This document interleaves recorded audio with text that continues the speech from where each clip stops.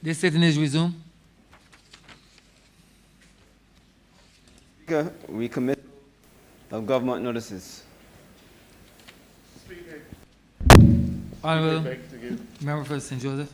beg to give notice of the resolution to grant the sum of $103,949,914 from the Consolidated Fund and to place it at the disposal of government to supplement the estimates 2020 to 2021 as shown in the supplementary estimates number 11 of 2020 to 2021. Government business. Revert business. Order number 2. Alderman for Christchurch East Central. Thank you very much, Mr. Speaker. I rise to say a few words in this debate, sir. Conscious that we have gone through and listened to some very spirited contributions from alderman members, which really just leaves me to wrap up this debate, sir, and to give thanks to all the members, but certainly to the members of the public, for allowing this government, sir, to be able to manage the affairs of the country at the most extraordinary time. But before we get into my substantive contribution, sir, I really want to first thank my wife and my son, sir, because the last 10 weeks, sir, whilst we've been preparing these estimates virtually, and certainly with the national pause that was instituted in February, whilst I was physically at home, sir, it was almost as if I wasn't there because we were meeting night and day. And I really want to thank my wife and my son, sir, for their patience. Because without that support, sir, it would not be possible to be able to put this together. I also want to thank certainly the officers of the Ministry of Finance for particularly the budget section, sir, because whilst these things we take these things for granted sometimes by way of process, persons have had to do this similarly, sir, having to deal with their own domestic situations at a time, particularly surveying, in trying to assess critically what the performance of the economy has been and trying to determine where we would go and the notice has been given with respect to the resolution, which we will debate shortly. It's important that I express my gratitude to the officers, certainly of the ministry and particularly, sir, the budget section, for their extraordinary commitment in being up at night, sir, when we finish meeting with all of the ministries in trying to ensure that we can put together a program that is capable of responding to the needs of the country at this time. And it goes without saying, but I must also give thanks, sir, to the people of Christchurch East Central, because certainly for the last 3 months or so, given what we have been facing as a country, I have had to commit to doing my clinics by Zoom, which residents are already aware of, given the fact that we had community spread. And I really want to thank them for their patience, sir, in allowing me to be able to, I can't describe it as balance, sir, between dealing with family life, dealing with the affairs of the ministry, whilst at the same time responding to the needs of the constituents. And I really want to thank them for their patience. And as we conclude this process, I give them my commitment that we will get back to some of the regular programming, and they will certainly see a bit more of me post this process with respect to moving forward on a number of matters. Having said that, sir, I listened to the contributions of members, and I must admit, I listened to hear very carefully not what many may regard as a defense of our stewardship, but it really has demonstrated for me in listening to members how the impact that this pandemic has had certainly on all of our lives, sir, for the past year. And it really signaled to me, sir, through the contribution of our members, that the country can feel proud that this government, sir, has been able to work to keep this society, sir, together. And it almost, in listening, I sometimes get the impression, sir, that there may be some in the public space that may perceive that this has been an easy exercise for us to be able to do. That it is just a book of numbers that you put together, sir, on spreadsheets. Without recognizing that, like our preparations for coming to government, we have been very incisive with respect to what we provision for, because we understand that there are some very real needs of Barbadians that clearly will need to be met in the short term. And I'm happy that we have been able to make those provisions. Now, let me say at the outset, sir, that you would recall, sir, on April 1st last year, when in this very space, we did our first set of supplementaries to respond to what was clearly was going to be ahead of us. And I indicated to you and the House at that time, sir, that there was never a time before in my memory, and I'm sure a search of Hansard will show that there's never been a time when supplementaries were done on the very first day of the financial year. And having done that, sir, the Ministry of Finance went through an exercise with all the ministries to identify specific programs that we would suspend, sir, in order to ensure that monies were set aside to respond to the Ministry of Health and the other COVID-related matters in relation to the 2020-21 estimates for which the financial year will end in a few days. And we have gone through this process, sir, very diligently, without, the truth is, sir, a lot of fanfare. And I really, really, really want to thank my colleagues for the work that they have done in their ministries. I want to thank the financial controllers, sir, across the different ministries for supplying the information to us in a timely manner. And whilst not everything has always gone, sir, as smoothly as we would like, we recognize that the Ministry of Finance has had to be a little more flexible with respect to how we provide finances. But as you would appreciate, sir, that in an environment where the economy was experiencing a lot of uncertainty, the management of cash flow obviously is critical.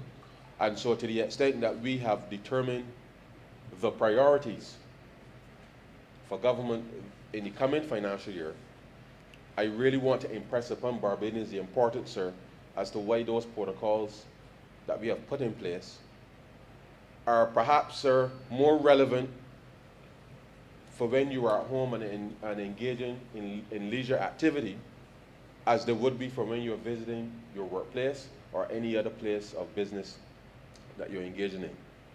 And that is important, sir, because what we have put together here, sir, in order to, having gone through a year of dealing with COVID-19, is really designed to get Barbados to a stage over certainly the next 6 months, in the first instance,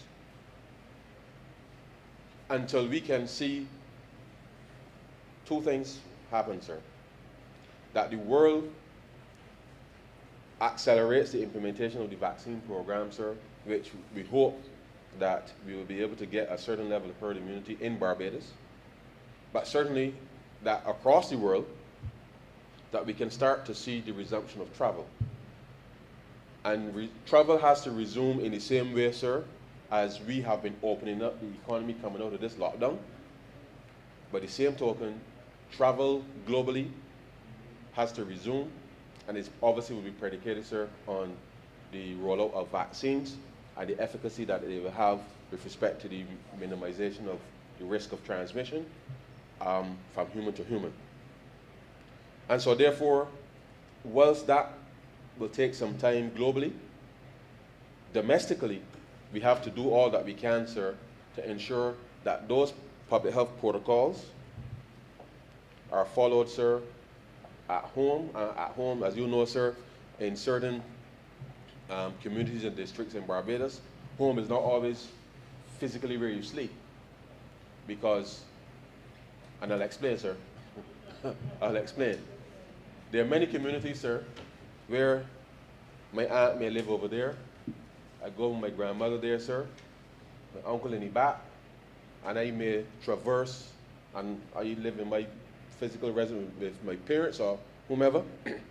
And so you may frequent 3 or 4 physical structures, which is really home, because that's your family in that space.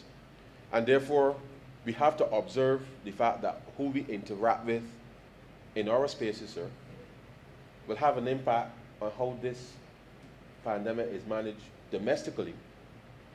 And whilst I know that the public health protocols have changed recently with respect to being able to ensure that we contain the spread by looking at those clusters, it is important that when we go home, that the protocols are followed, sir, at home in our communities, taking account for the fact that many of us, sir, many of us, whether they're cousins, whether they're just friends from the district, sir, we treat home as a place of safety, and that we have to observe protocols at home, whether home is the 4 or 5 houses that you may frequent regularly and that everybody mixes up with one another, and not take anything at all for granted, sir.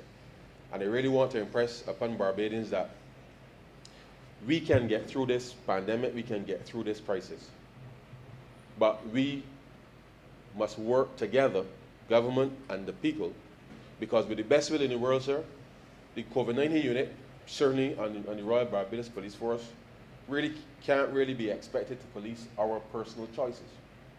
And therefore, whilst they're there to give guidance with respect to the administering of the protocol, if we try to take shortcuts, sir, and do things at home differently from what we would do when we want to leave home to access goods and services, then in truth and fact, sir, we will be defeating ourselves. And I want to impress upon Barbadians that we will get through this together, but we must be as disciplined when we want to go to the supermarket or go to the doctor's office or go to any other place of business as we would in our very neighborhood, sir.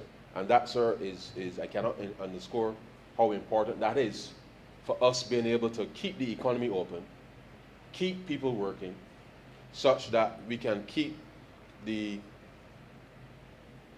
minimize, sir, the further reduction in economic activity, because we are making the assumption very clearly, sir, very plainly, that once we can get through the next 6 to 9 months, sir, to the end of this calendar year, that once we can see the resumption, and you will see, sir, the gradual resumption of travel globally, once the vaccine programs are rolled out, that we will be able to get back to a level of economic activity domestically that allows for more persons to get employed, sir, and therefore allow for families to once again be able to comfortably support their loved ones, and to start, sir, feeling a sense of comfort that they can honor their obligations as we go forward. I, sir, as an MP, and I know that all members in this place have been in constant communication with their constituents about the need, sir, to pay the bills, be able to support the family, sir, to put basic food on the table. And all of us in this place, sir, have had to respond in some form or fashion with respect to that. And the reality is that whilst the government and all of the NGOs have given human support, there's nothing like the pride and the one thing that I know that our constituents would always ask is they want a job, sir, because they really want to be able to support themselves and their families.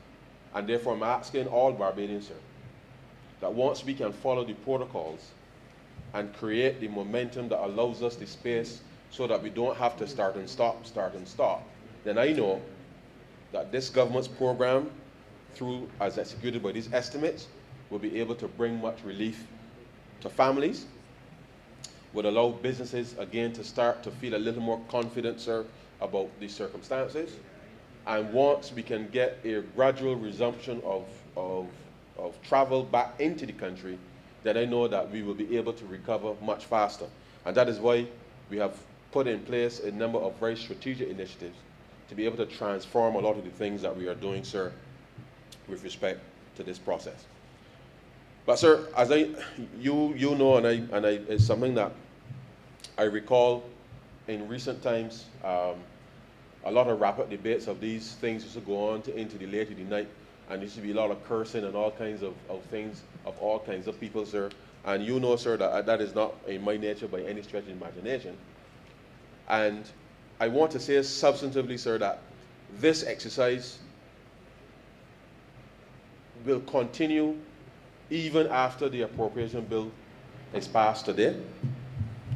The Ministry of Finance, sir, will continue to work with all of the ministries, sir, to ensure that all of the issues surrounding execution of projects, sir, that we work through very tightly to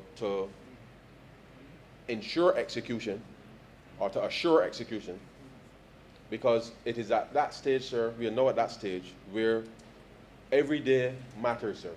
What we do every day in each ministry, in each department, sir, matters, because it will have a significant impact on the lives of Barbadians. And therefore the posture, sir, of the Ministry of Finance is a very simple one. We will make the provisions as we have indicated here. We will monitor, sir, to ensure that that execution rate is enhanced in a way that perhaps has not been done before. And we will work certainly with the ministry and the stakeholders to ensure that if there are issues to be resolved, that where appropriate, through our monitoring, and we recognize that we have to make adjustments, then we will make adjustments. But the mission here, sir, is simply this: we have to keep this country afloat. And this government, sir, continues to do so in a way, as I said earlier, that may appear seamless, but there are many officers across government working certainly with the members of the cabinet to be able to ensure that the response times with respect to what we need to do can be met, so that the lives of ordinary Barbadians do not have to suffer any further. The truth is, sir, the government is committed to the reform process and the transformation process. And it really lies in how quickly we can execute a number of those reforms, sir, that will make the difference in the way that the government can respond. So I know a number of persons are hurting. We've made provisions, sir, with respect to a number of the social protection measures in these estimates.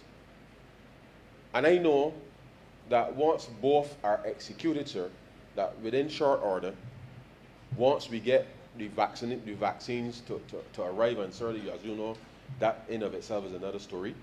But the reality is, once we can get our citizens and residents vaccinated, sir, maintain a certain level of economic activity, then I know that the $2 billion, sir, that has been identified in these estimates as the loss of economic activity in the last year, we do not want that to get any larger, sir. And therefore, the protocols have to be followed, sir, by all Barbadians and all residents and those who may visit us, which allows us, sir, to be able to stem the tide with respect to that and to start to build back, sir, in a much better way. And the reality is, it will not end with this process, but we will continue, sir, to work with the ministries to reorient where appropriate expenditures that puts the best possible opportunity, sir, for there to be greater economic activity. We will continue to make the provision, sir, with respect to the public health posture, and I'm happy that we've been able, sir, to identify in these estimates Program 366, sir, the National Crisis Management Program, which indicates the major expenditures as it relates to COVID-19 for the first time. And therefore, whilst we had provisions as we started last April 1st, sir, with the Household Survival Program and the increase in welfare and the provisions later, sir, directly to QEH, as well as within the Ministry of Health, that sub-program is now identified here clearly, sir, within these estimates, which just, as I said, sir, captures the majority of the expenditure as it relates to COVID-19. And the truth is, sir, we had to borrow money last year that we didn't intend to borrow simply because we had to make up the difference with respect to the loss in revenue, whilst maintaining, sir, the same level of expenditure, so that Barbadians, whilst going through the most extraordinary financial impact of their lives, did not necessarily, sir, see, notwithstanding the fact that government officers had to shift with respect to the hours of operations and the like, that the government was still able, sir, to provide a full program of services, whilst amended, admittedly, to the public of Barbados. And I really do thank some of the very key initiatives to enhance the revenue collection. And I want to take this opportunity, sir, to impress upon Barbadians that the government will continue to make it easier for you to pay the government. And as you know, sir, we passed the National Payment System Bill a couple of weeks ago, which is intended, sir, to build out an ecosystem that allows not just people to pay government easily, but also transact business within the context of the private sector. And that is critically important, sir, right now in a COVID environment, simply because if we have to go back into any type of lockdown in the future, then it is my expectation, sir, that rather than seeing businesses being closed fully, and whilst they may be closed physically, sir, we will have the infrastructure in place that would allow businesses to operate digitally and enhance more delivery services such that persons can still continue to be employed and the businesses can still continue to operate, but Barbadians will not need to go through that type of adjustment. Now, that may not be appropriate for every business, but it is certainly the government's intention to ensure that we are ready and capable for that type of service so that we can avoid, sir, the kind of disruption that we have seen certainly last month and certainly last year. But it is up to us, sir, the citizens of the country, to take advantage of the fact that the government is leading the way with respect to the digitization process of the payments, and therefore we must change some of our habits in order to ensure that we can protect ourselves, sir, going forward. But I want to urge Barbadians to take advantage, sir, of those opportunities, because more and more will come on stream, not just for government, but certainly within the context of the private sector. And therefore I want to challenge the private sector where possible to ensure that they build their own internal level of resilience, sir, by actively looking at those types of systems, so that in the event, and the truth is, whether we have to go back into lockdown or not, these are some of the initiatives, sir, that I would love to see the private sector start to roll out, and that citizens, recognizing that whilst the Ministry of Finance would love to see people traversing all over the country in a normal way, because then I know that we'll be back to normal and revenues will return. What I would love to see, sir, is much more efficiency with respect to these processes, and I know that that in of itself, sir, will generate additional economic activity, additional jobs, and therefore give a clearer sense as to where the economy is likely to go. But, sir, these estimates before this chamber, and I've heard some interesting commentary, because one of the things, sir, that I know is that unless you are rooted in some kind of philosophy, sir, in the way that you govern, then you would find this country would have found itself, sir, in a situation where it may have been ungovernable. And you know, sir, that we set out a clear set of rules, guidelines, if you like, sir, under our Covenant of Hope some 5 years ago for what we will do with respect to expenditure. And the truth and the fact is that I am happy to report to this chamber that what we espouse under the Covenant of Hope, sir, actually is demonstrated and has been demonstrated, not just in these estimates, but the ones that we've been able to lay in this chamber before now. But it is critically important in these circumstances why those principles matter, sir. And therefore, it was almost as if, sir, 5 years ago when we all signed up for that it was almost as if we were looking forward without understanding that those very principles, sir, as exposed in the Covenant of Hope, are actually required today. And I'm happy to be part of a government, sir, that understands the principles around what public finance should do for people. And I say to Barbadians that rest assured, the Barbados Labour Party will bring the economy back.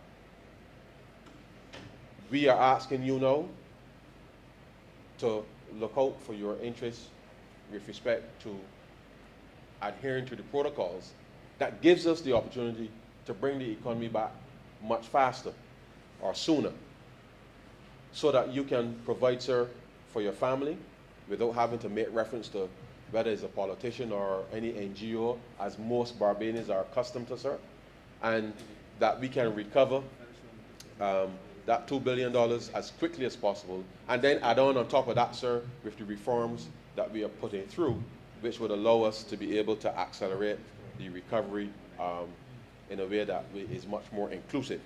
And therefore, the confidence that was placed in us almost 3 years ago, sir, I believe that the perception that we've made it look easy, sir, in of itself should signal to ordinary Barbadians that your government, sir, your government is working on behalf of you and your family, that we've made provisions to ensure that nobody's left out of this scenario, and that the future of this country now relies on how each of us would decide how to go about our daily lives with respect to the adherence to the protocol. Now, we can only, sir, and I say this to Barbadians, we are planning this recovery and counting on you. And when we say that this is a people-centered budget, this is a people-centered response, it really relies on every single Barbadian, sir, playing their part in order to be able to get us out of this. And the reality is, sir, when you really think about the management of an economy, it really is predicated on people doing a series of random things every day, for the most part, sir. Whether you stop and get something at the shop, or you just happen to be landing with friends, sir. You may be on your way home from work. You might just up and decide, as we normally do, sir. You just feel like leaving home and going for a drive on a Sunday evening. Those are things that we have grown accustomed to. But it is those very random things, sir, that on a Sunday evening, you might leave home, drive, you might end up somewhere, sir, and get some ice cream by some fast food restaurant and just watch the sunset. These are the things, sir, that are what you would call desirable, because you know that you've already covered your bills and all those kinds of things. And I know that right now, a lot of people, sir, are unable to do that because of the kind of financial strain that they're under. But I say to those persons who are worried tonight, sir, about their bills, their rent, their mortgages, and those things, sir, that in very short order, sir, we'll be able to announce more specifics to the country in relation to the settlement of a framework for a number of those things. But the reality is this government is working very hard, sir, to be able to ensure that ordinary Barbadians can feel that sense of pride again, that the very simple things that we used to take for granted prior to COVID, sir, that we can all enjoy once again.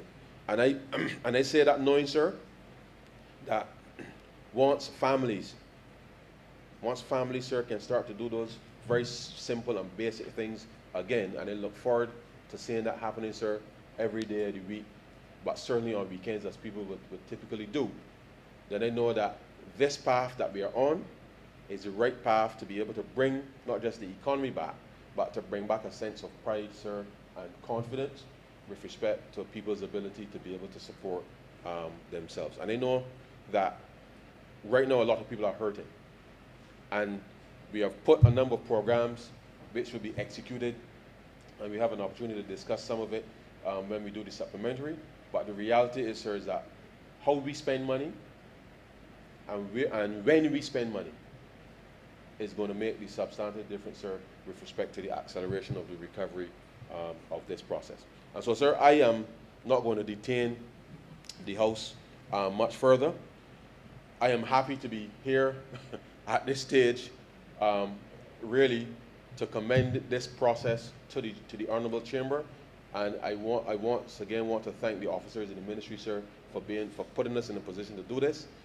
It has not been easy, and the Ministry of Finance, sir, will continue to ensure that we can make the appropriate provisions as indicated in these estimates, but stand ready, sir, to either augment, sir, where required, or make minor adjustments to be able to ensure that we first and foremost, sir, provide the necessary social protection for ordinary Barbadians, cover the health expenditures that are required to get us through this COVID-19 pandemic, and then obviously, sir, ensure that we can engineer sufficient economic growth in this country, that jobs can return as quickly as possible, and that average Barbadians can support themselves and their families. And so, sir, I promise to be brief, and so with those few words, sir, I beg to move that this bill be read a second time.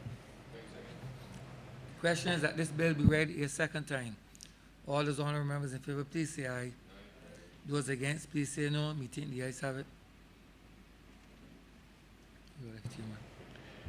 Mr. Speaker, I beg to move that you do now leave the chair and the House resolve itself in Standing Finance Committee for further consideration of this bill.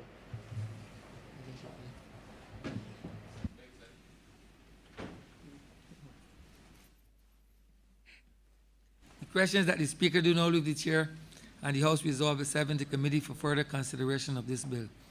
All those honourable members in favor, please say aye. Those against, please say no. Me think the ayes have it.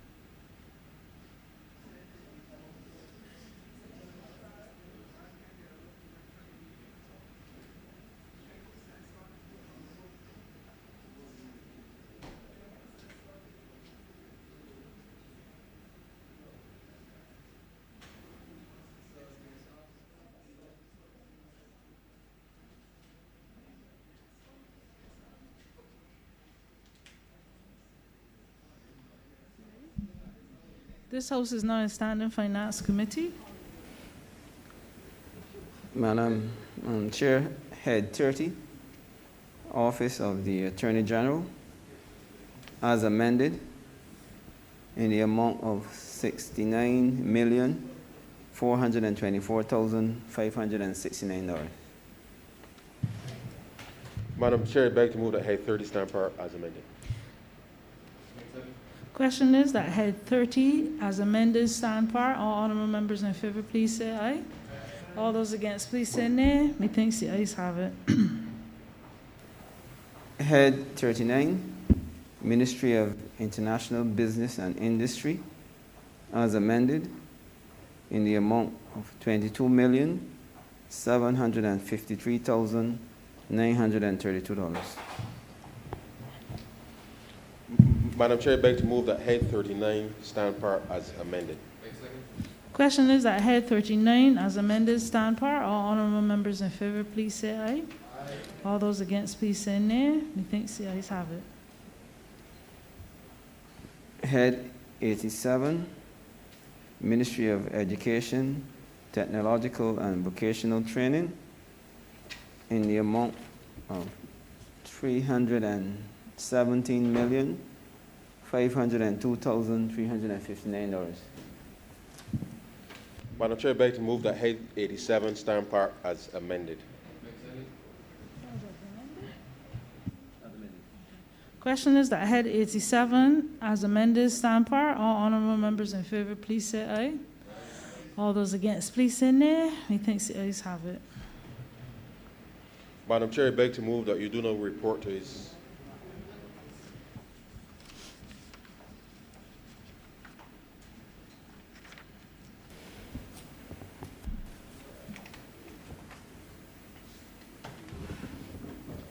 Madam Chair, Clause 2 as amended.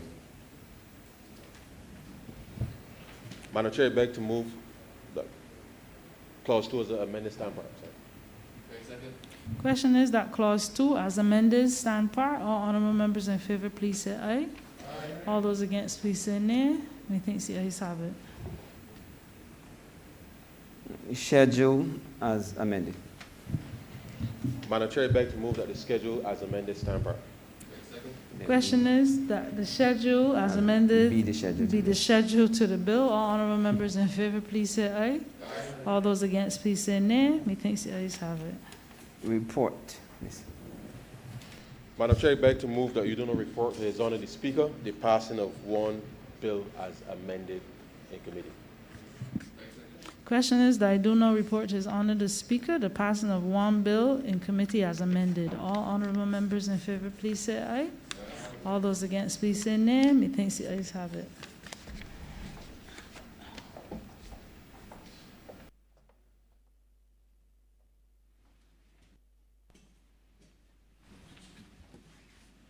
The chairman of committees has reported the passing of one bill as amended in committee. Mr. Speaker, I beg to move that this bill be read a third time. The question is that the aforementioned bill be read a third time. All those honorable members in favor, please say aye. Those against, please say no. Methinks the ayes have it. Mr. Speaker, I beg to move that this bill be now passed and cited as the Appropriation Act 2021. The question is that the aforementioned bill be passed and so cited. All those honorable members in favor, please say aye. Those against, please say no. Methinks the ayes have it.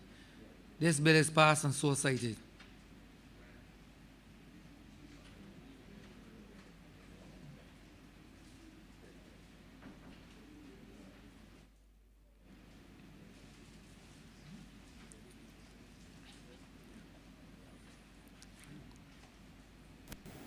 Order number 3, sir. In the name of the acting leader of the House, to move that the House resolve itself into Standing Finance Committee to consider the grant of sums of money for the service of this island. Mr. Speaker, I beg to move that the House resolve itself in the Standing Finance Committee to consider the grant of sums of money for the service of the island. The question is that the Speaker do not leave the House. Leave the chair, not the House. Chair, leave the chair, leave the chair. I thought he said House, sir. The question is that the Speaker do not leave the chair and the House resolve itself into Standing Finance Committee. All those honorable members in favor, please say aye. Those against, please say no. Methinks the ayes have it.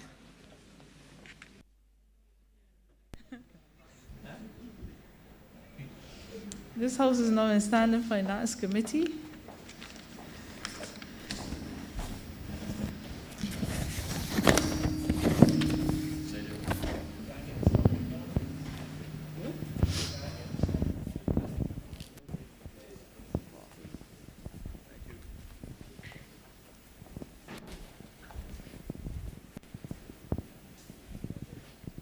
Head 12, Parliament. in the amount of $2,746,136.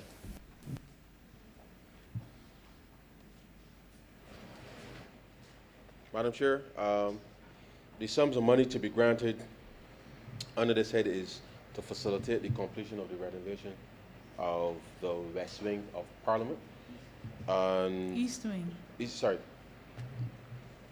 Eastern wing of Parliament. As you know, we are in this place temporarily, and therefore the works have started, and we want to ensure that we can have the Parliament completed in the shortest possible time, and therefore I beg to move that head 12 in the amount of $2,746,136, stamp part. Question is that head 12 stand for. All honourable members in favour, please say aye. Aye. All those against, please say nay. Methinks the ayes have it. Head 13, Prime Minister's Office, in the amount of $14 million. Madam Chair, the sums of money that you see here on request for the Prime Minister's Office are for a range of activities. The first sub-program, which is the Defence Force, relates to the provisions for the repair of and upkeep of the vessels under the Barbados Coast Guard, and therefore the $5 million being allotted here is to be able to carry out those repairs over the next few months to allow them to be able to keep, obviously, the fleet in tip-top shape. As it relates to the Rural Development Commission, in total, $2.5 million will be allocated here. And let me just, before I begin, Madam Chair, I should have indicated that part of where we are with respect to reaching our targets before the end of the financial year, we have a specific, there were some specific items that we determined that we would not be able to carry in the next financial year, and therefore we have made provisions with respect to these supplementaries to these institutions in order to ensure that they can carry out their programs, certainly going forward. And therefore the monies here for the Rural Development Commission, as well as Kensington and Oval, which is to facilitate the retrofit with respect to solar PV systems. The sum of $2.5 million is being asked for COMI. The Urban Development Commission, Madam Chair, $3 million in capital, as well as $1 million with respect to the current transfer for the Urban Development Commission. And so the intention here is, Madam Chair, as we go into the next financial year, and as I had indicated earlier, timing matters. And therefore, in order for us to be able to ensure that we get the financial year started on the right vein, these are a number of specific activities we want to ensure that we get as much activity within the first quarter of the next financial year, and therefore we are allowing them to be able to start, having started some of the works, to be able to continue that without having to feel encumbered with respect to their operations. And so, and as you would appreciate, obviously, between the Rural Development Commission as well as the Urban Development Commission will be able to accelerate and bring relief in terms of repairs to homes and those types of things. In addition to whatever funds they will get in the next financial year, we'll be able to augment and to get as much work done early in the financial year as possible, so that we create as much activity as possible in terms of getting the economy going. And so, Madam Chair, I beg to move that head 13 stand part. Honourable Leader of the Opposition. Just a small query, ma'am. Program 166, Program 631, with reference to capital works. If we could get a little bit of specifics with respect to capital works through Urban and Rural Development Commission. Honourable Member for Christchurch East Central. The Honourable Leader of the Opposition will be aware, Madam Chair, that both the Urban Development Commission and the Rural Development Commission completes a number of repair repairs of homes and construction of construction of homes for ordinary Barbadians across the length and breadth of the country. And it is part of this government's response to ensure that, one, not just for the purpose of economic activity, but those two entities can be able to better respond to the needs of all of our constituents with respect to urgent repairs. And therefore, whilst it is meant to be a part of a I don't want to say stimulus, the point is it is also responding to a number of long-standing issues that obviously people will have. And whilst we would love to give more money, the reality is that we've determined that at this particular point in time, we want to ensure that those two entities can do as much work, certainly within the next 6 months, to be able to respond to a number of persons with respect to the capital works in relation to both urban and rural. Honourable Leader of the Opposition. I'm not questioning the amounts of money. Give as much as you can. And I know that urban does repairs to houses for people who are in situations of need, but I know they also do tenantry roads. And I'm asking if there are any roads involved in these capital works projects, and if so, where? Honourable Member for Christchurch East Central.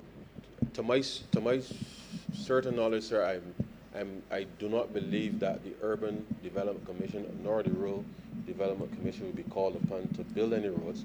I know that the members in the Ministry of Transport Works and Maintenance have been doing a very aggressive road program, and therefore it is not anticipated that urban or rural will be doing any roads.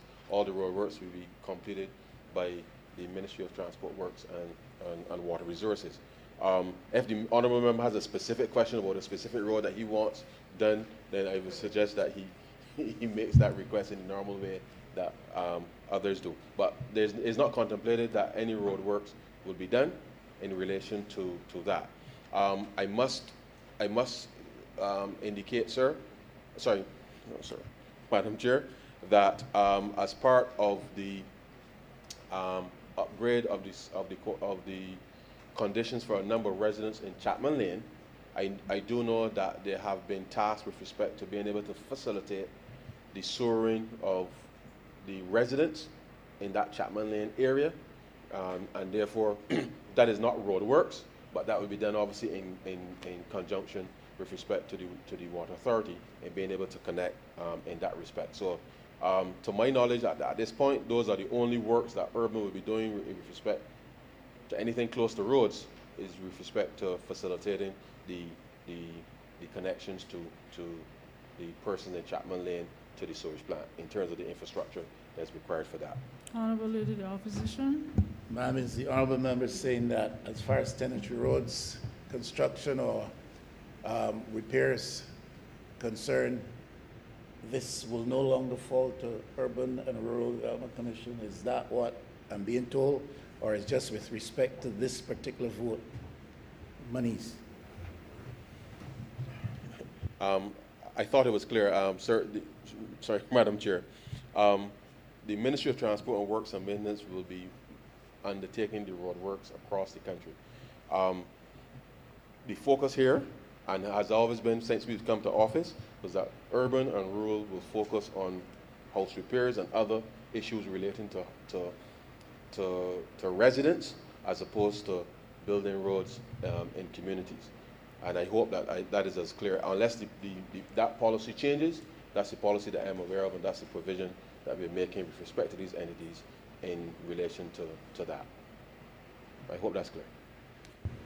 Honourable Leader Thank you, Honourable Member for Christchurch East and East Central. And does the pit toilets program get addressed in any ways under these monies here? Madam Chair, the facilitation of house repairs, and we have had a long discussion at Cabinet with respect to how to facilitate the repairs for homes that where landlords have not necessarily given permission. We've gone through a lengthy exercise with respect to that. It is the intention that with the repairs to the homes, that obviously the elimination of pit toilets, which has been one of this government's strategic objectives, that some of these monies obviously will be related to be able to accelerate that program. And so the elimination of pit toilets in conjunction with any other house repairs is part of the mission of both the Rural Development Commission as well as the Urban Development Commission. Honourable Leader of the Opposition. And ma'am, is the honourable member in a position to tell us how many pit toilets would have been addressed in the St. George North constituency since November? I do not have I do not have that information on hand, Madam Chair. But the reality is that house repairs by both urban and rural, Madam Chair, are national issues. And therefore, to try to single it to one constituency, I think it would be unfortunate. But the reality is we're making provisions for the elimination of pit toilets, as well as to address a number of key house repairs for residents across the country. As I said, I wish that we could give more, that we could do all at one time, but that is not practical, Madam Chair, and therefore I beg to move that Head 13 stand back. Honourable Leader of the Opposition. Ma'am, the honourable member can't say that pit toilets is a general national situation, therefore I can't ask that with reference to any particular constituency. I got 80 votes because I can promise anybody to do a pit toilet. I'm asking if in St. George North any have been done since November, and what is the number? I think that's quite pertinent as a question. Honourable Member for Christchurch East Central. Madam Chair, I'm sure that when the report for the Urban Development Commission is laid in the Parliament, that he will be able to see how many pit toilets were done, because that is not.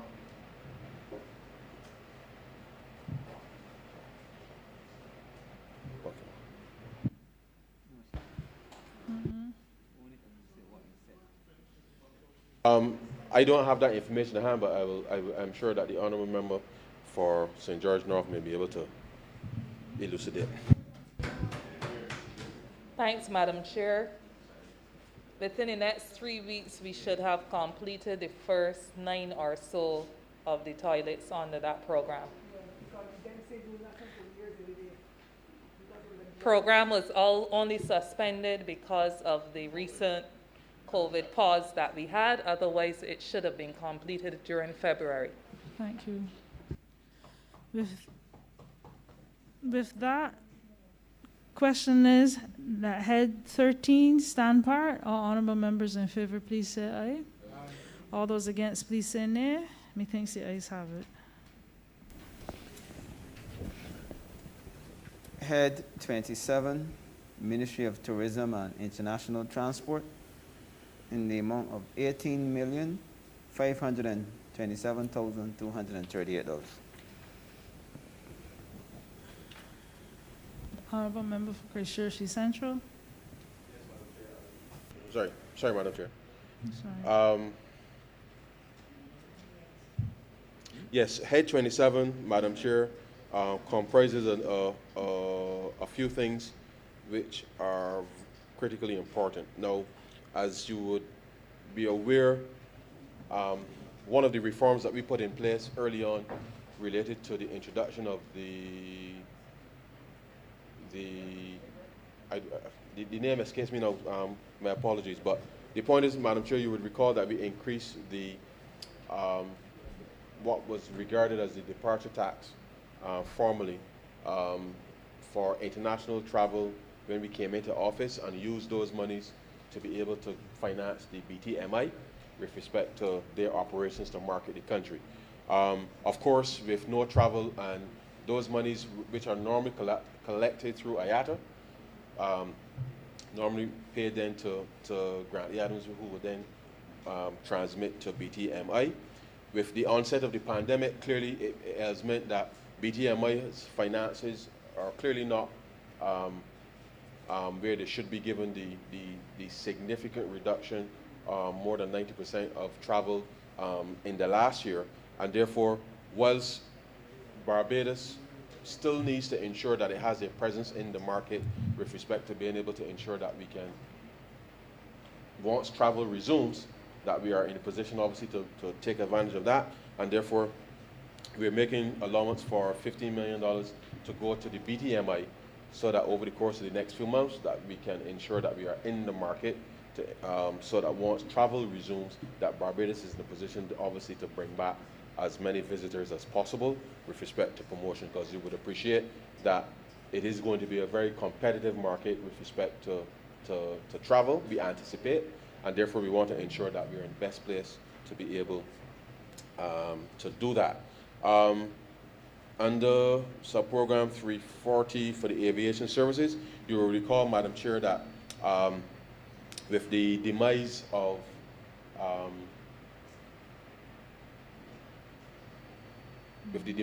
LEAC, and I'm being very guarded, with the circumstances surrounding LEAC, I should say, Madam Chair, we have had to intervene in the market to ensure that there is sufficient travel within the context of the Southern Caribbean, and Barbados Aircraft and Aviation Services Company, Madam Chair, which you will see that there was a previous supplementary for $600,002, that we now have to ensure that obviously the operations of that entity, given the fact that we've had a recent lockdown, and obviously with respect to what's taking place within the context of the Eastern Caribbean, we are making provision here to ensure that the company can continue to operate over the next 6 months, with the anticipation that with the uptick with respect to travel, that we'll be in a position obviously to allow the company to be able to operate. And so once the company was formed, obviously in the midst of being able to respond to reduce travel, this is now just to ensure that we can keep services coming in and out of Barbados for the Eastern Caribbean, and to ensure that Barbadians or persons wanting to travel to Barbados would be able to do so.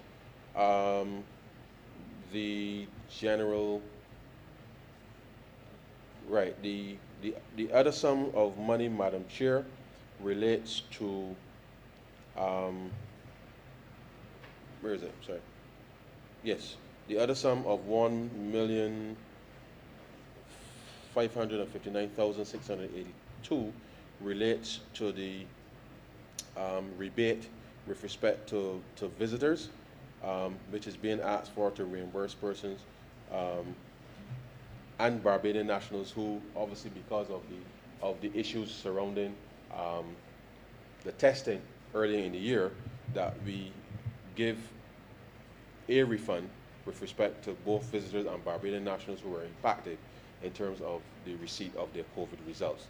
And so those sums are being asked with respect to being able to do that. That will go to BTMI as well, Madam Chair, to be able to effect those payments to individuals. And so, Madam Chair, I beg to move that Head 27 stand part. Honourable Leader of the Opposition. Ma'am, the Minister of Finance is saying to us, the Minister in the Ministry of Finance is saying to us that we need about $2 million to facilitate inter-Caribbean airways in the absence of high numbers in commuting traffic across the region. I wonder if the Minister is in a position to say anything to us about the Barbadian LEAC workers who are in distress for the past year. I raised that matter in the debate, and the estimates was after the Prime Minister has spoken.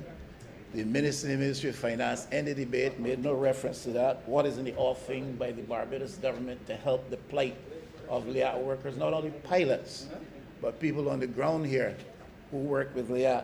What is in the offering by the government, if anything, to help to redress the sad plight of those people who've been suffering for over a year, while we move with this dispatch to find $2 million to facilitate inter-Caribbean airways? That is on the program. That is on the program. What is it? 340.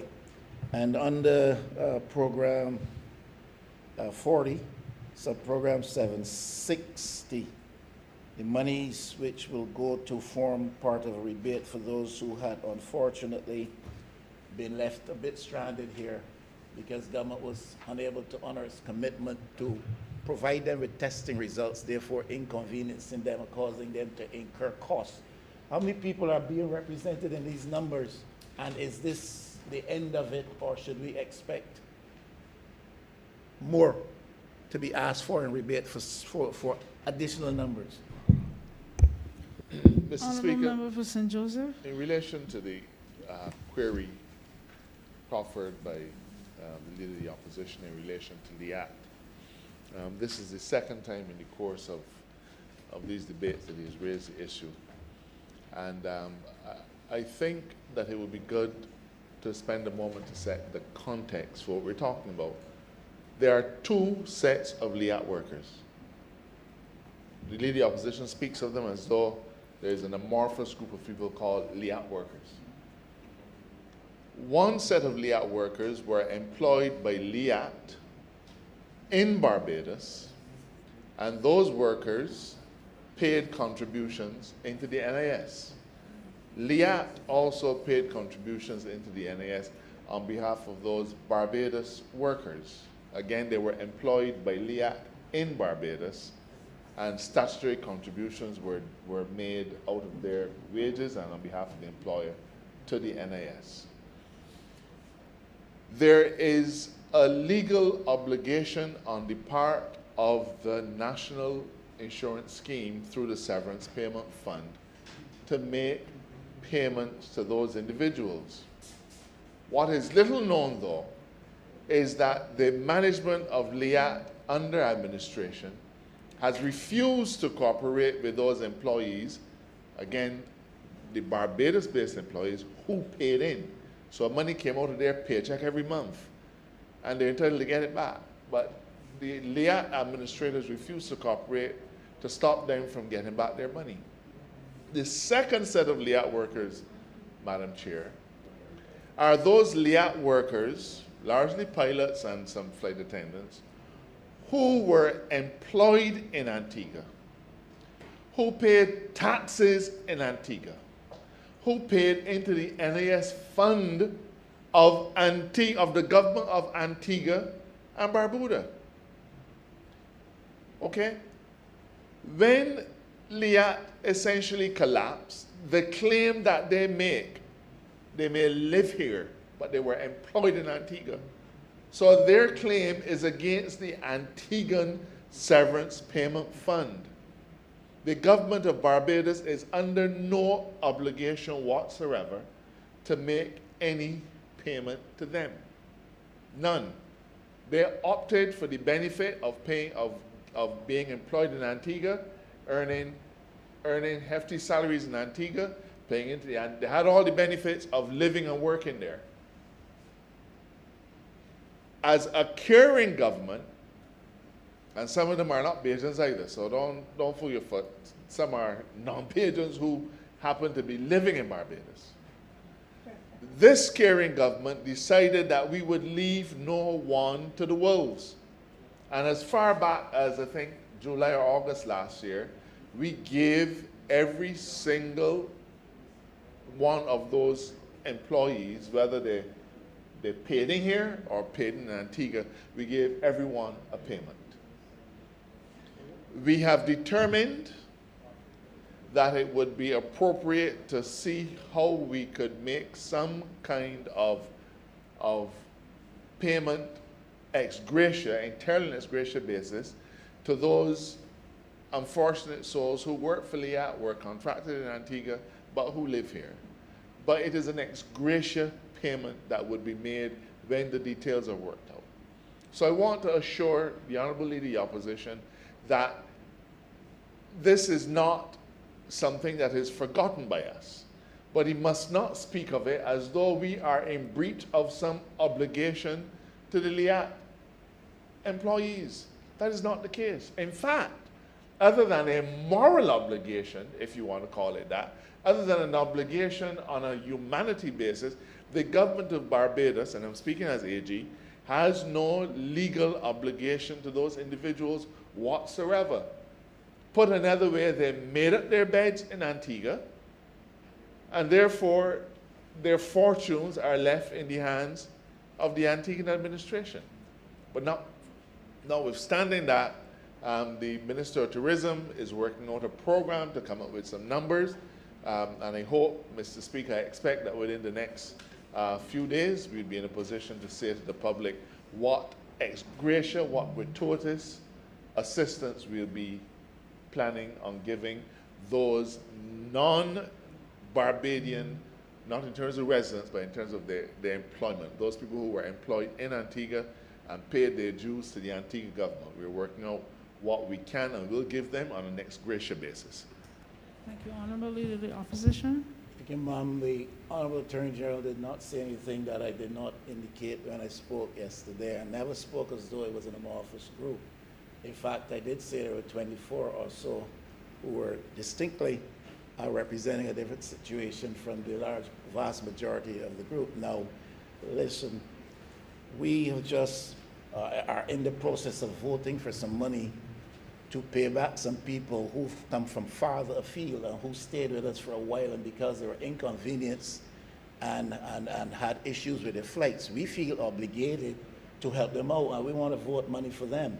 We had some Trinidadians who were stuck here. Trinidad itself would not receive its own citizens, and we looked after them, and we did it proudly with a boast to the world. And I'm not saying the Barbados government has any legal responsibility to these people. They are Barbadians, and that's where it starts. You want to tell me because Barbadians find themselves in a fix, which to some extent is of their own making, but also on the prior arrangements between governments in the Caribbean, caused people, some of whom paid NIS in Antigua. You're saying to me they're Barbadians, you have no obligation to them to try to address this issue. That is what I am hearing, ma'am. I'm saying, Mr. Speaker, sorry, Madam Chairman, that notwithstanding the absence of a legal obligation to do so, the government of Barbados intends to make an ex gratia payment to those employees of LIAT in Antigua. I am saying that to you. The details of those payments are currently being worked out through the Ministry of Tourism. Question is that head 20, sorry, Honourable Member for Christchurch East Central. No, I want to, before I ask for the head to stand part, I wanted to specifically respond to let the Honourable Member be aware that as late as December last year, every former LIAT employee received a payment of $2,400 in December, and therefore we have already started to facilitate some kind of payment to them. The reality of it is, I think the Attorney General has made it quite clear that the issue here is what is the quantum, given that there are persons for whom the government have had to, through our own severance fund, make payments to because of the circumstances of COVID, but those persons who work and reside in Barbados and clearly would have contributed to the National Insurance Fund. Obviously, the relativity is important, and therefore those are the details to which he refers, but we have given a commitment that we will make some redress with respect to the matter, but it is purely on the basis of the fact that there has to be some level of parity with respect to the process. The other member also asked how many persons to date we have, how many persons the rebate will refer to. To date, there's been 498 applications to the Ministry of Tourism with respect to the rebate process, and therefore those are across the classes of hotels in the country, and therefore the provision is being made with respect to being able to honor that. So, Madam Chair, I beg to move then that head 27 stand part. Question is that head 27 stand part. All honourable members in favour, please say aye. All those against, please say nay. Methinks the ayes have it. Head 33, Ministry of Home Affairs, Information and Public Affairs, in the amount of $5 million. Honourable Member for Christchurch East.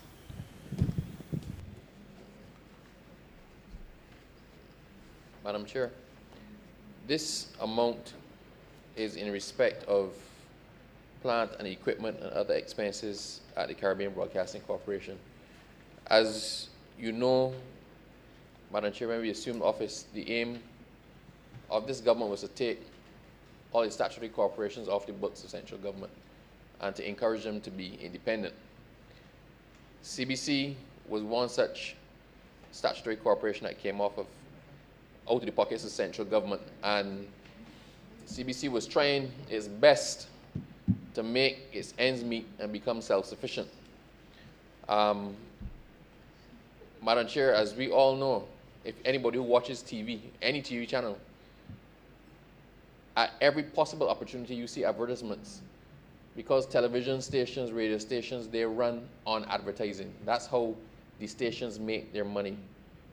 Programs are aired, people buy advertising slots for popular programs, and that is the revenue that you use to run the corporation, to repair the plant, buy equipment. Madam Chair, almost embarrassingly, I would tell you, if you look at some of the productions from CBC, you realize they're not as sharp as, for example, CNN.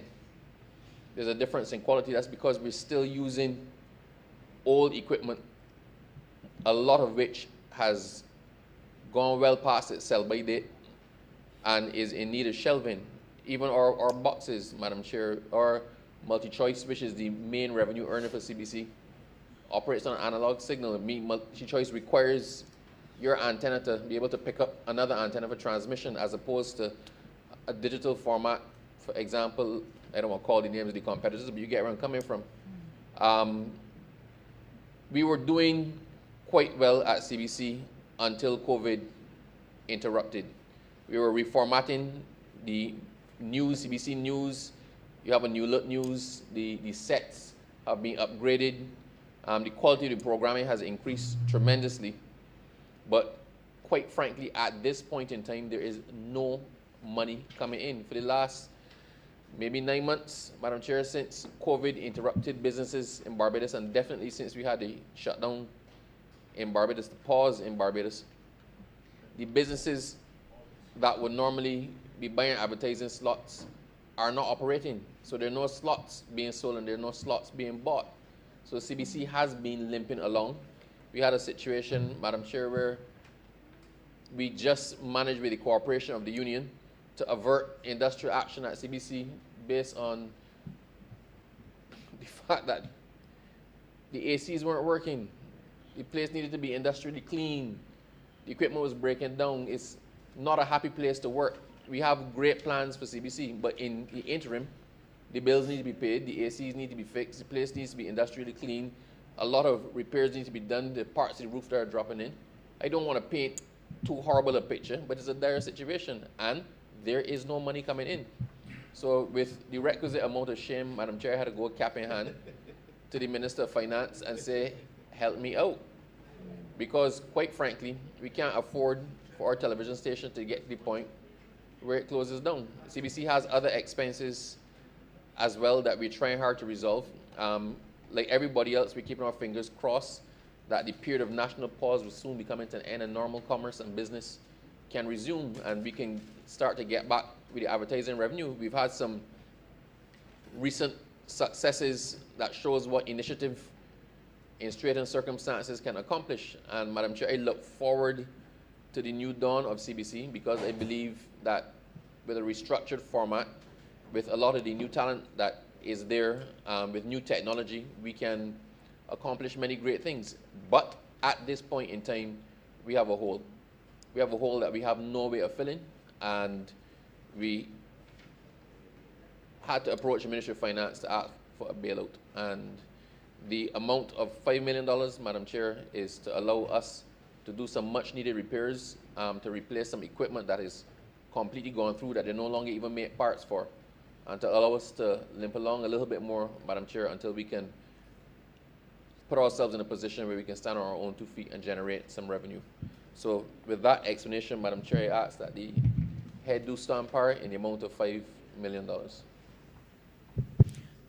Honourable Leader of the Opposition. Just a couple of questions. Ma'am, We know that government has established or is in the process of establishing a public affairs unit. Is there to be an immediate relationship between the public affairs unit of the government and the Caribbean Broadcasting Corporation? One. Two, is there a plan for in the immediate future there to be layoffs of staff at the CBC? There is a growing level of trepidation among some members of staff that there may be some layoffs on the horizon. If that is the case, I certainly would like to hear the minister speak to that. Even if it is not the case, I would like to hear him speak to that. I am sure that it is not the honourable member for Christchurch East, as Minister of Information, who would have given any directive to CBC that its reporting of political news in Barbados is to be colored or biased in the favor of government. We have had the annual exercise of estimates debate here in this parliament this week, and I have had people complaining to me about the kind of coverage that CBC has been given, which represents a clear bias. Now, the leader of the opposition, in the minds of some up at CBC or elsewhere, may not have anything of substance to say. But ma'am, you have spoken in these debates, ma'am, and I think that you have said things of significance. No coverage of that on CBC. I have heard the honourable member St. Michael East speak in very strong terms in the estimates debate. No coverage on CBC. I have heard the member for St. Andrew speak in very robust terms. No coverage on CBC because all of those submissions were not necessarily favorable to government. But every time CBC brings news from the Parliament of Barbados, and it's not only now, but I'm speaking with respect to these estimates, it is the voice of the government which is heard in multiple forms. You hear that voice given the side of the government, but other people are not allowed to speak. When, out of a sense of compulsion, they do feel it necessary to give a moment to the leader of the opposition, it is not an image of the leader of the opposition standing in this parliament and speaking like anybody else. It is a file photo, as though they had no access to this place, and those things represent a clear bias. I do not know, with 29-1, why we should think that that type of thing is necessary. I am sure that the honourable gentleman here next to me, on my left, has not so instructed CBC to conduct itself. I'm wondering if anybody has and who has, and if instruction and directives have not been given, who in CBC feel that there's such a McGuffey that they can do those things. Anybody who is honest can see these things. They're real. Honourable member for Christchurch East. Madam Chair, I will attempt to answer in the order. With relation to public affairs, Madam Chair, there's no direct nexus between CBC and public affairs. Public affairs will be housed in CBC. There was a proposal by Housing for Public Affairs to be housed Manor Lodge, I think. But quite frankly, Madam Chair, it makes more sense, it falling all under my ministry, that if Housing has to pay rent for somewhere to put public affairs, that they might as well pay rent to CBC and help us to ease our cash flow problem. So there's no direct link with public affairs and CBC, but ma'am, they will be housed in the same area, and I expect that CBC will from time to time public affairs will from time to time, where convenient, use some of the resources of CBC in terms of studios and whatnot. It just simply makes sense. With respect to will there be any layoffs? Layoffs are not on my cards at the moment, Madam Chair. They have not been discussed. It has not been contemplated. CBC has gone through a restructuring exercise, and we are trying our best, as I said, to get back on our feet. It makes no sense at this point to be considering the exact structure of CBC, because you might as well look at the structure of every single statutory corporation or every single company in Barbados at this point. We aim to get back on our feet, to resume normal programming to try to get our business model back up and running. We're also looking at other initiatives to grow and develop the capacity of CBC and the services that it uses. So it may not end up simply being a television station. It may provide other services that are digitally related or that make sense to emanate from a company such as CBC. So there are a lot of exciting things that we're looking at as we try to grow the business and make the company self-sufficient. So I can tell the Honourable Leader of Opposition that at this point in time, I've had no discussions with respect to layoffs at CBC. But CBC is a business, like every other business, Madam Chair, and I can't rule out anything, but that is not on my horizon at the moment. With respect to the bias reporting in the estimates, I am unaware of that, Madam Chair. The Honourable Leader of Opposition said that his voice was heard a lot less, Madam Chair, but realistically with 29 to 1, you tend to hear the 29 a lot more than you hear the cumulative effect of the 1. However, I do take his point, Madam Chair, and I understand the complaint and the concern with respect to the file photo, and I will actually investigate that and get back to the Honourable Leader of the Opposition, because quite frankly, CBC is a national television station, and if the Honourable Leader of the Opposition speaks, then he should be accorded the same courtesy as to any other member with respect to the presentation of his points. So where his points are newsworthy, Madam Chair, they'll be carried. And if they're newsworthy enough to be carried, then it must be an explanation if a file photo was put up. And I undertake to the Honourable Leader of the Opposition that I will investigate that and come back to him personally with an explanation. And if there is no sufficient explanation, then with the appropriate apology. Thank you. With that, question is that head 33, stand par. All honourable members in favour, please say aye. Aye. All those against, please say nay. Methinks the ayes have it. Head 34, Ministry of Finance, Economic Affairs and Investment, in the amount of $500,000. Honourable member for Christchurch East Central. Yes, Madam Chair. This will be very brief. This is to facilitate some capital expenditures at the Revenue Authority. As you know, they're still in the process of upgrading not just the software systems, but certainly some of the key infrastructure. And therefore, this $500,000 is to help facilitate that process at the Revenue Authority. And so, Madam Chair, I beg to move that head 34 stand par. Question is that head 34 stand par. All honourable members in favour, please say aye. Aye. All those against, please say nay. Methinks the ayes have it. Head 35, Ministry of People Empowerment and Elder Affairs, in the amount of $10,696,578.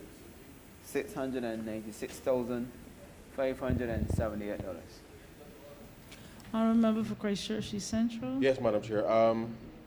Again, as you are well aware, the government undertook during the national pause because of the severity of the shutdown to provide a range of care packages for the citizens of this country. And therefore, the monies being asked for here has already been expended through the coordination with the Ministry of People Empowerment, the Government Procurement Department of $8,696,578 is with respect to the provision of that exercise that was executed by the Barbados Defence Force. Of course, Madam Chair, this exercise is one of those things that certainly highlighted why it's important for Barbadians to cooperate, certainly with authorities. It is critical that we appreciate as well that these expenditures was unforeseen, that it is part of government's response in order to ensure that persons, along with the small business relief that we did, that this really was intended to ensure that most Barbadians were able to see themselves through that particular period of time in order to get through and support their families. The other bit of money, Madam Chair, is to also facilitate the continuation of the program to be executed from the National Assistance Board of $2 million in terms of the elderly care program, and therefore these monies are to augment what we voted previously in order to ensure that you can go through the remainder of this year in order to be able to execute that program. And so these two specific initiatives, Madam Chair, is part of government's COVID-19 response in terms of, on the one hand, ensuring that persons the elderly in our community who are the most vulnerable can be attended to. And then the other substantive program was the delivery of in excess of 60,000 care packages to homes for families, across the length and breadth of this country. And so, Madam Chair, I beg to move that head 35 stand part. Question is that head 35 stand for. All honourable members in favour, please say aye. All those against, please say nay. Methinks the ayes have it.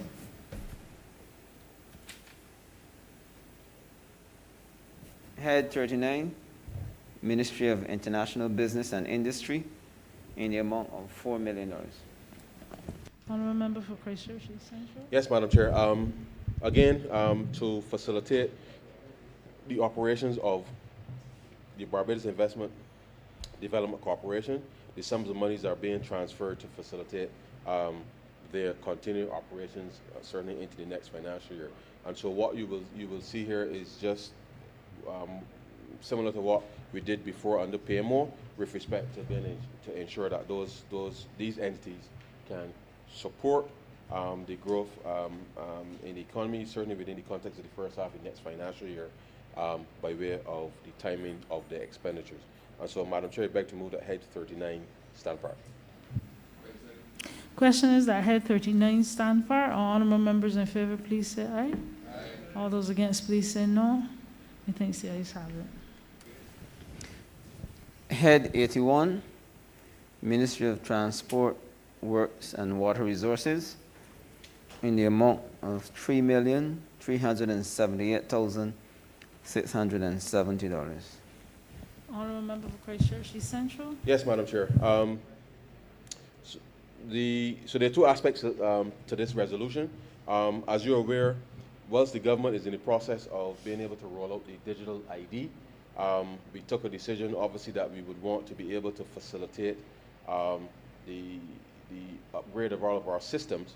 But obviously, in the interim, there are persons who still have to travel abroad with respect to, and drive, and therefore, in anticipation of that transitional period with respect to when other countries will be able to read our digital ID, it is still important that we are able to facilitate those who have to travel overseas to be able to do their driver's licenses.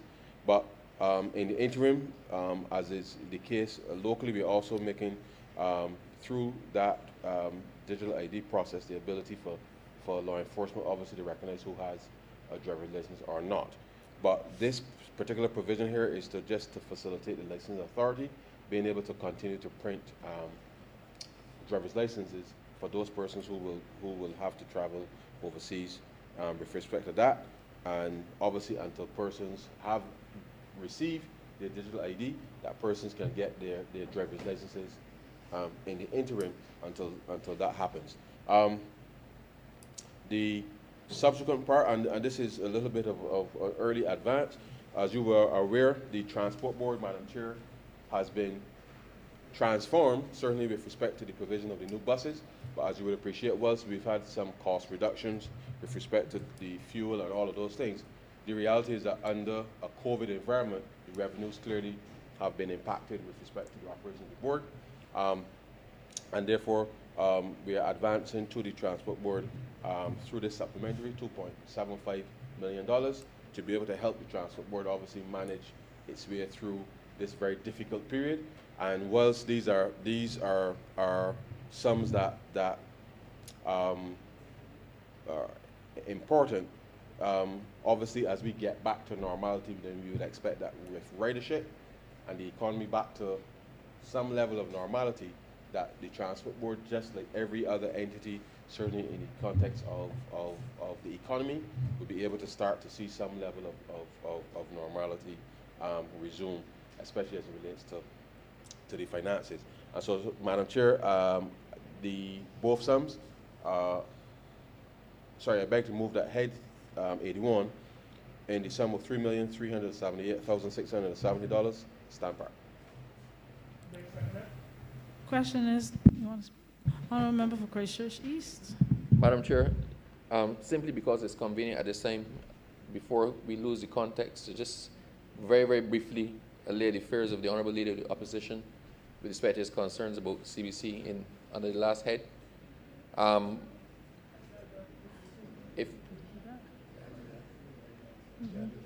Head pass, yeah.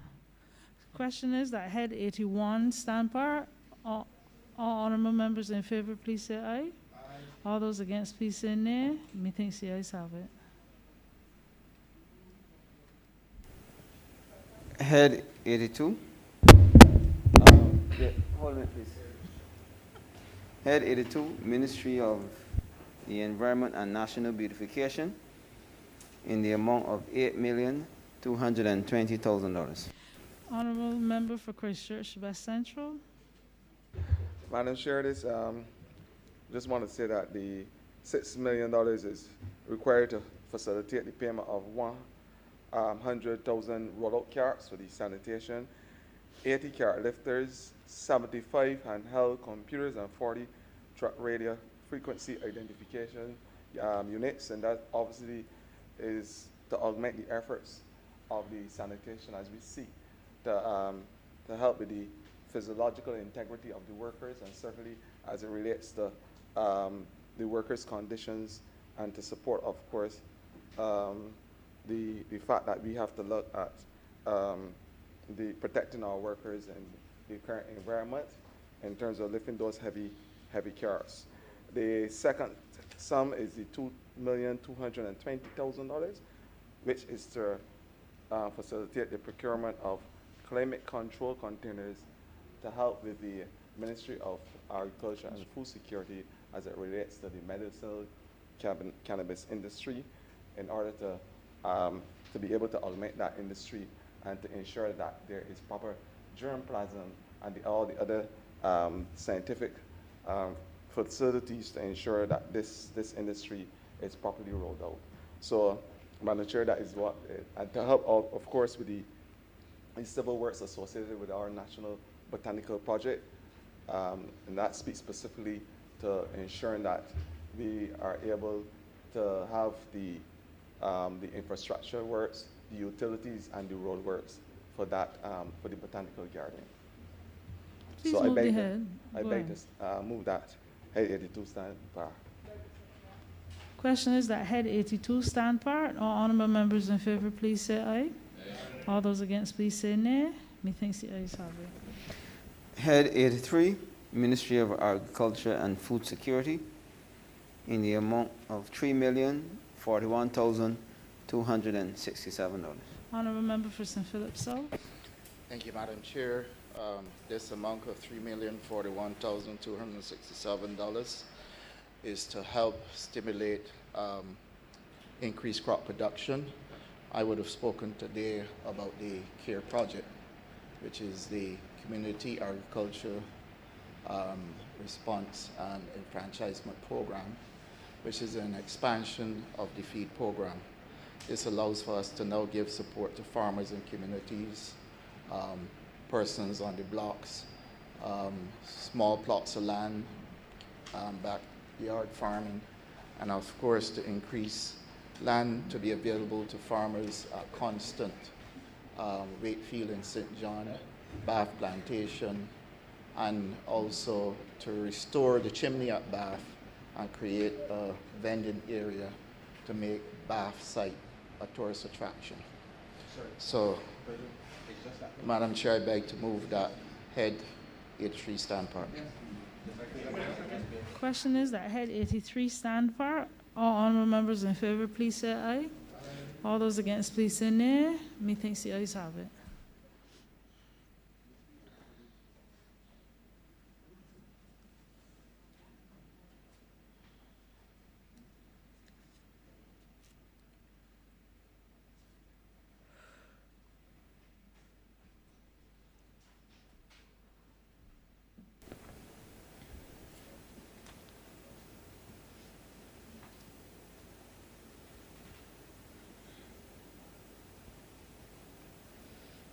Head 86, Ministry of Health and Wellness, in the amount of $29,152,000.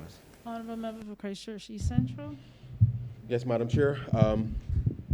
As you are well aware, we received a donation from the government of India with respect to 100,000 doses of vaccines, which allowed us to, of the AstraZeneca vaccine, which allowed us to start the vaccination program in Barbados. The sums of monies here are to be able to acquire additional vaccines to roll out for Barbadians, and therefore we are making a specific provision here now, before the end of this financial year, for these monies to, as part of our response to COVID-19, to be held certainly at the Queen Elizabeth Hospital, pending obviously the arrival of those vaccines to be able to make the appropriate payments. You would recall equally that the Prime Minister had announced that there was a national vaccine fund for which persons will have been asked to contribute. I can report to this honourable chamber that up until last Thursday, when the last information that I had, we had in excess of $6 million in donations with respect to that, which will obviously offset the expenditure with respect to this initiative. And so the provision here is just to allow us to be able to ensure that we can pay for the vaccines without having to make adjustments that certainly the next year's budget, and allow us obviously to continue the rollout of the campaign once the vaccines arrive. Equally, you in the Prime Minister's presentation, she spoke to, and I know that in the Minister of Health's presentation as well, the issue of how do we deal with the genomics and the research associated with that as a commercial activity in the country. $4 million is being set aside to for the company Barbados Living Laboratory, which will coordinate the response with respect to a lot of the commercial research associated with healthcare, which will pretty much reposition Barbados to be one of the very few places in the world where this type of biotechnology and genomic testing and health-related activities of a commercial basis can be executed, and therefore leveraging the long history with respect to the strong public health posture that Barbados has had, that we are now trying to ensure now that we make the appropriate provision to pivot and allow us to be able to use that as a commercial activity to be able to offer not just to Barbadians, but certainly to members across the hemisphere and across the globe.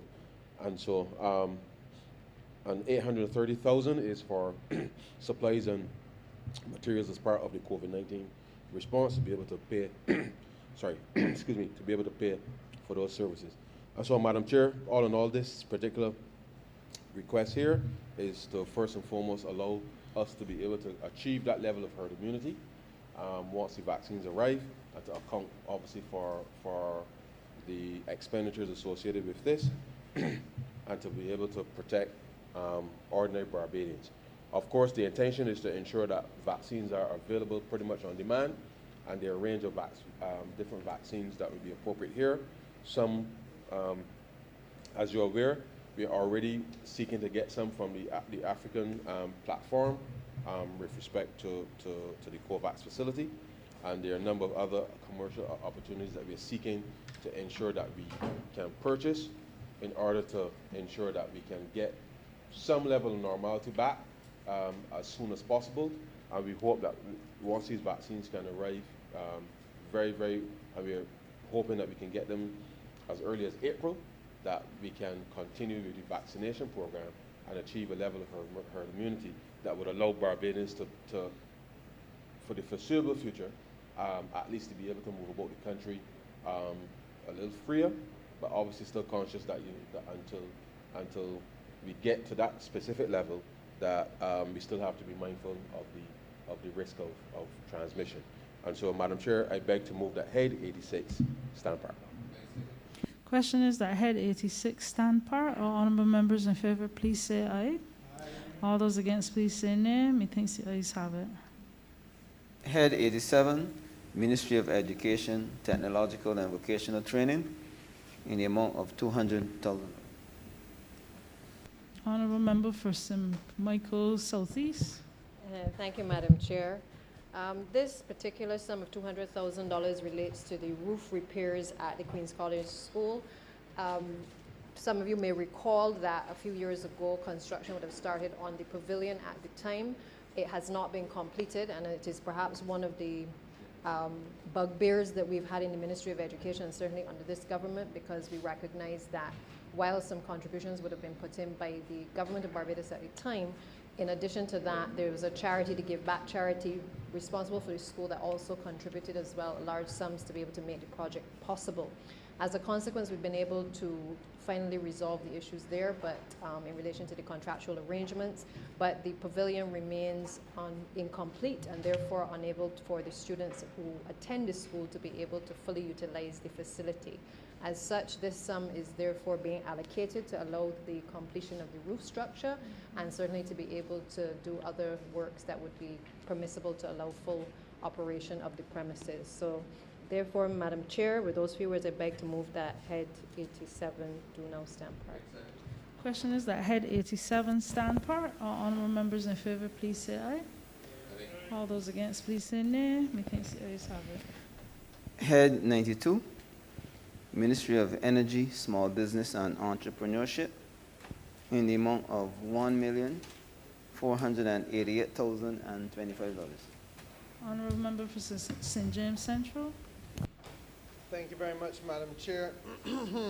Head 92, ma'am, speaks to the requirement for the ministry to facilitate payments to consultants contracted to assist the government of Barbados in its negotiations with the Barbados Light and Power Company Limited. As you will recall, ma'am, from approximately May of 2019, we have been engaged with the Barbados Light and Power with a view to the liberalization of the energy sector in Barbados and the democratization of that sector, so that there will no longer be just a monopoly structure, but rather, as I've indicated to this House during the course of the estimates, there will be 3 sets of licenses. Historically, ma'am, the Light and Power had responsibility for the grid in its entirety. With the transformation of the energy sector, there will be a need for the government to assume responsibility to ensure the stability and the resilience of the grid. And the license, ma'am, which will ensure that we are able to move or dispatch the electricity from one point of the grid to another, that remains with the Light and Power. The traditional transmission and distribution of electricity, which is the use of the infrastructure that we see every day and drive past every day, much of which are the poles and lines overhead, and indeed some now being placed underground.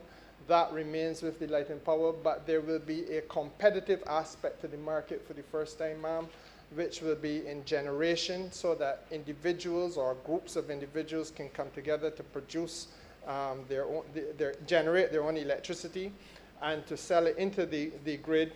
The Light and Power will be the sole purchaser, and equally, ma'am, there will be a license for storage, which is another competitive aspect of the process, because of the fact that we want every Barbadian again to be in a position, and also foreign investors to be in a position to store electricity and to be able to sell that also where necessary. Now, ma'am, the consultants obviously had to do a lot of work over the course of the last 16 months or so in creating this new market structure, helping us to fashion the rules which would govern the market structure, and the issues, ma'am, that they would have advised upon would have been with respect to each of those sets of licenses to which I just referred the House. And that, ma'am, explains in full the requirement for us to have this supplementary in the sum of $1,488,025. The consultants are not all foreign, some are also local. Some would have assisted us with regard to the financial and accounting aspects of the market structure creation, and others, ma'am, would have assisted us with the technical aspects of what is involved in the renewable energy sector and the transformation of that sector from the monopolistic structure it previously or currently is in into what we are anticipating down the road. And beyond the technical, ma'am, also the legal, because as you would appreciate, there are substantial legal issues in creating a new market environment. I want to move, ma'am, that head 92 stand part. Question is that head 92 stand part. All honourable members in favour, please say aye. All those against, please say nay. Methinks the ayes have it. Head 93, Ministry of Housing, Lands and Maintenance, in the amount of $3 million. Honourable member for Christchurch West. Thank you very much, Madam Chair. This money is being voted so that we can continue our electrical upgrade program for the National Housing Corporation. You would be aware that in the past, the National Housing Corporation, a lot of the units which were built some many years ago, 30, 40 years ago, some of them, have had their electrical wiring has come old and the systems are no longer appropriate, and it's caused house fires in some instances. In fact, when I think of house fires in National Housing Corporation units, I remember being a new MP in 2003. It was right about Kadooment time. In fact, it was Kadooment time because a mother had dropped off 2 of her children and left them at a unit for a friend to take care of and had gone to jump for their morning. And there was a fire, and those two children were lost together with the other 3 occupants of the house. And one of them actually lived 4 days before she then eventually died. This happened in Pleasant Hall in St. Matthias. And I remember that very, very well. Pinky was her name. So this electrical upgrade program, I know it's also very dear to the member for St. James South, who has really carried the banner on making sure that we do this electrical upgrade program together with the government. And I am very happy to report that so far we have completed 320, and we have 520 in progress. We're now prepping for Gall Hill for 148, Wharton 140, Eden Lodge 365 for commencement from mid-April. And in addition, we're looking to complete as well Deacons, Ferniehurst, and Rosemont. So that's what this $3 million is for. I think it is money very, very well spent to help to prevent house fires and possibly to save lives. Madam Chair, I'd beg to move to head 93, stand part. The question is that head 93 stand part. All honourable members in favour, please say aye. All those against, please say nay. Methinks the ayes have it. Report, please. Report. Minister. Honourable member for Christchurch East Central. Madam Chair, I beg to move that you do not report to His Honour the Speaker the passing of one money resolution in committee. The question is that I do not report to His Honour the Speaker the passing of one money resolution in committee. All honourable members in favour, please say aye. All those against, please say nay. Methinks the ayes have it.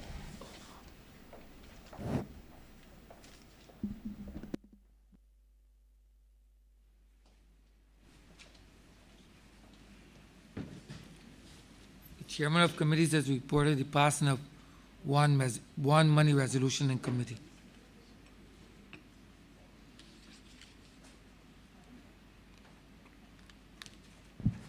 Mr. Speaker, I beg to move that this resolution be read a first time. The question is that this resolution be read here first time. All those honourable members in favour, please say aye. Those against, please say no. Me think the ayes have it. Mr. Speaker, I beg to move that this resolution be read a second time. The question is that this resolution be read here second time. All those honourable members in favour, please say aye. Those against, please say no. Me think the ayes have it. Mr. Speaker, I beg to move that this resolution be now agreed to. The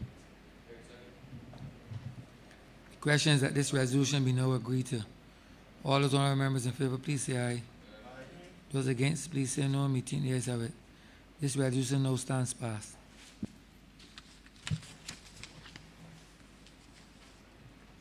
Honourable Leader, Government Business. Thank you, Mr. Speaker. With that, we have come to the end of today's sitting, and the sitting for the entire past few days. It has not been a normal estimates debate by any stretch of the imagination. I don't think any of us could ever have imagined that we would still be in this place, certainly, but also that we would have been here under these conditions. And therefore, as I speak on the adjournment, I just want to say a special thank you to the entire team here at Hastings, at our new location. I want to say thank you to the clerks at the head table, to all of the administrative staff, the Royal Barbados Police Force, all of the people who pretty much helped to make what we do here possible. Also to the catering staff downstairs as well, who have pretty much kept us fed and watered through the time that we've been here. And to thank all colleagues who have contributed during the course of this debate and expressed and defended their various ministries, but also supported the policies of the government in this very difficult time. And while at times I know it may seem as though the Leader of the Opposition does not always support, I know that deep down in his bosom, he has been grounded in the philosophy of the Barbados Labour Party. And at times it does come out. So we know in his heart where he stands, and therefore part of being the opposition, I suppose, is that you have to keep the government on its toes. And I believe that is what he tries his best to do. So with that, Mr. Speaker, I beg to move that this sitting be adjourned until Monday, the 29th of March at 10 a.m. The question is that this Honourable Chamber be adjourned until the 29th day of March 2021 at 10 a.m. in the forenoon. All those honourable members in favour, please say aye. Those against, please say no. Meeting the ayes have it. This Honourable Chamber stands adjourned until Monday, the 29th day of March 2021 at 10 a.m. in the forenoon.